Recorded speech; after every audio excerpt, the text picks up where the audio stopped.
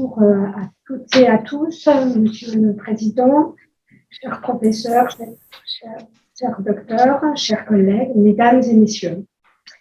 De l'Institut Santé-Travail Paris-Est, et ce, malgré le contexte qui a quitté le comité d'organisation et le comité scientifique, dont je salue l'engagement, a privilégié, cette année encore, la tenue d'un distanciel de cet événement. Ce rendez-vous annuel, avec ses 6 éditions précédentes, constitue aujourd'hui un événement important pour la santé au travail et la prévention des risques professionnels, parmi lesquels les risques cancérogènes, respiratoires et psychosociaux. D'autant plus que ces sujets se trouvent fortement impactés par la crise sanitaire et les organisations difficiles de travail aujourd'hui dans les hôpitaux. Tout d'abord, sur le changement profond que cela a engendré les pratiques professionnelles au sein de l'ensemble de la population. Les différents confinements et la généralisation, et en tout cas très élargie, du télétravail ont effectivement profondément modifié les relations sociales et notre rapport au travail, générant moins d'interactions sociales, plus de distance, voire pour certains, un certain isolement. Il convient d'appréhender avec justesse ces bouleversements pour mieux les étudier et y proposer des solutions appropriées avec les professionnels concernés, notamment du secteur de la santé mentale. Sur l'activité et les organisations de nos hôpitaux ensuite. Des professionnels concernant les professionnels qui y travaillent. Ils ont été depuis près de 2 ans fortement sollicités dans des conditions très exigeantes et remobilisés entre les différentes vagues et crises encore aujourd'hui.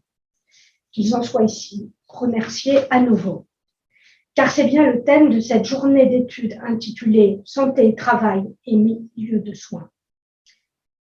Alors que la réduction du risque de maladie professionnelle répond en effet à un enjeu de santé publique et de bien-être social, les soignants eux-mêmes rencontrent des expositions professionnelles spécifiques et de nouvelles difficultés exprimées dans le cadre des difficultés de recrutement, notamment dans les hôpitaux.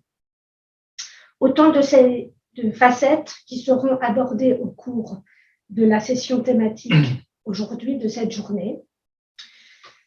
Un éclairage transversal, rigoureux, documenté et complémentaire qui permet de nourrir la réflexion, de donner des résultats concernant les données de santé chez les professionnels et d'apporter des solutions pour améliorer la qualité de vie au travail en milieu de soins. Nous en avons besoin. Le CHIC a toujours été attentif à la QVT et le souci de rester bienveillant vis-à-vis des professionnels qui y travaillent. Même au cœur de la crise, dans les mouvements les plus difficiles, il y a eu un accompagnement avec des dispositifs de QVT pour essayer d'accompagner au mieux les équipes. Nous avons encore une fois besoin de vous dans cette période très contrainte pour nous aider à travailler et à maintenir ou transformer les réorganisations et que nous puissions rester dans la bienveillance vis-à-vis des professionnels. Bref, vous l'aurez compris, le contexte épidémique offre à votre institut de beaux jours devant lui et nous avons encore une fois visité vos travaux. Très belle journée d'études à tous et je rends la parole au président Bien, merci Madame la directrice. Donc, Monsieur Maître Lamotte est en ligne et je lui donne immédiatement la parole également.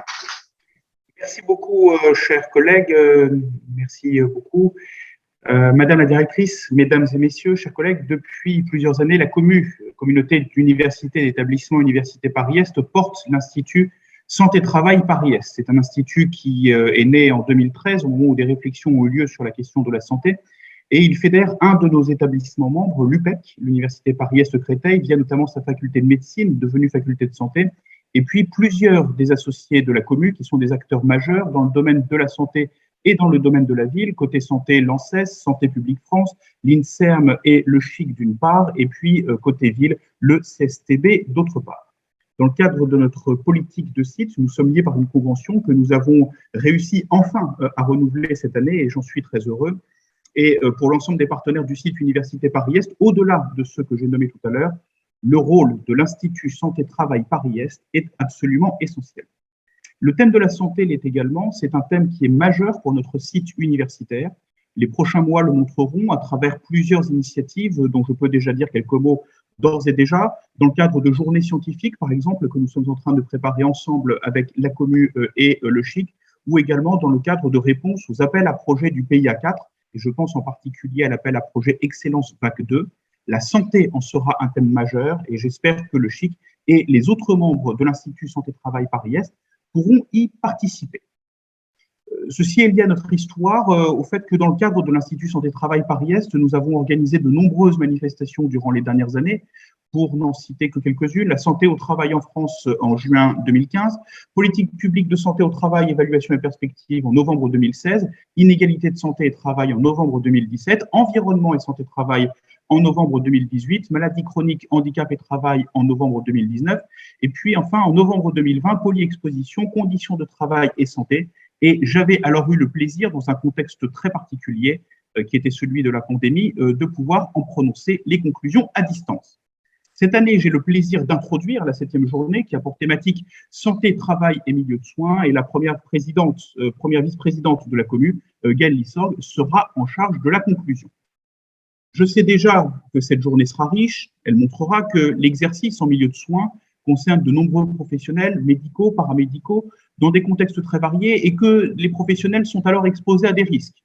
Le risque auquel on pense d'emblée, c'est le risque biologique, c'est au risque auquel on pense spontanément, mais on sait également que les professionnels sont confrontés à d'autres risques, des risques physiques, des risques organisationnels, des risques psychosociaux, et c'est à ces risques-là que nous allons nous intéresser cette année dans le cadre de la 7e journée de l'Institut Santé-Travail Paris-Est. Cette journée s'annonce riche, elle commencera par une conférence intitulée « Repolitiser les transformations du travail et leurs conséquences dans le milieu de la santé ». Et puis ensuite, plusieurs sessions thématiques seront organisées, expositions professionnelles, qualité de vie et milieu de soins et volet santé. Et puis, comme toujours, elle se finira par une table ronde qui, cette année, sera intitulée « Santé et organisation du travail en milieu de soins, quelle démarche ?» avant donc les conclusions. Avant de céder la parole aux premiers intervenants, je souhaite remercier et féliciter les membres du comité d'organisation, Pascal Andujar, Milia Bellassel, Jean-Baptiste Bourdin-Létienne et Jean-Claude Perron. Je souhaite également remercier et féliciter les membres du comité scientifique, Henri Bastos, Christos Chouaïd, mon ami Gérard Lasfargue, Mélina Lebarbier, Corinne Mandin et à nouveau Jean-Claude Perron, dont je souhaite saluer ici le dynamisme. Merci également aux équipes du CHIC qui nous accueillent comme toujours, de manière remarquable. Merci également à sa directrice, Madame Christine Vaucosson, qui est membre de notre conseil d'administration.